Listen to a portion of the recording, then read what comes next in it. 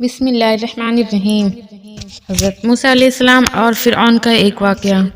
اللہ تعالیٰ کی طرف سے جب حضرت موسیٰ علیہ السلام نبوت کے مرتبہ سے سرفراز ہونے کے بعد دین حق کی تبلیغ کے سلسلے میں فرعون کے پاس پہنچے تو آپ نے فرعون سے فرمایا، اے فرعون، میں اللہ تعالیٰ کا نبی ہوں اور حق و سچ کی دعوت دیتا ہوں، اس لیے تم خدائی کے دعوے کو چھوڑ کر ایک اللہ پر ایمان لے آؤ۔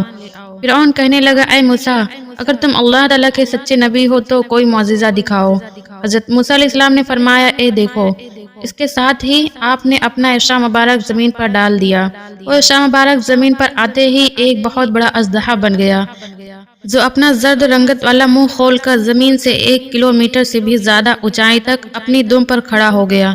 اس کا ایک زبڑہ زمین کے اوپر لگ رہا تھا جبکہ زبڑے کا دوسرا حصہ فرعون کے محل کی دیوار کے اوپر لگ رہا تھا۔ اچانک اژدہے نے حرکت کی اور اس کا رخ فرعون کی طرف ہو گیا۔ فرعون نے یہ منظر دیکھا تو او دہشت ہو کر اپنے تخت سے کود کر بھاگ اٹھا۔ اژدہے کا رخ فرعون کی طرف تھا۔ فرعون لگاتار بھاگتا ہوا لوگوں میں گھس گیا۔ اس پر اس قدر بھگدڑ مچی کہ ہزاروں آدمی ایک دوسرے کے اوپر گر کر کچل گئے اور مارے بھی گئے۔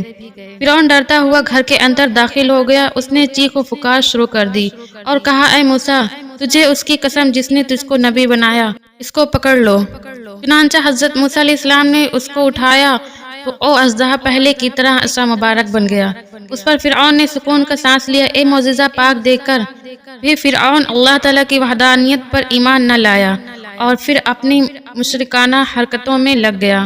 لیکن حضرت موسیٰ علیہ السلام نے بھی ہمت نہ ہاری اور بار بار فرعون کے دربار شاہی میں اللہ رب العزت کی طرف بلانے کے لیے کلمہ حق بلند کرتے رہے۔ سبحان اللہ۔ پیارے نبیوں کی پیاری باتیں۔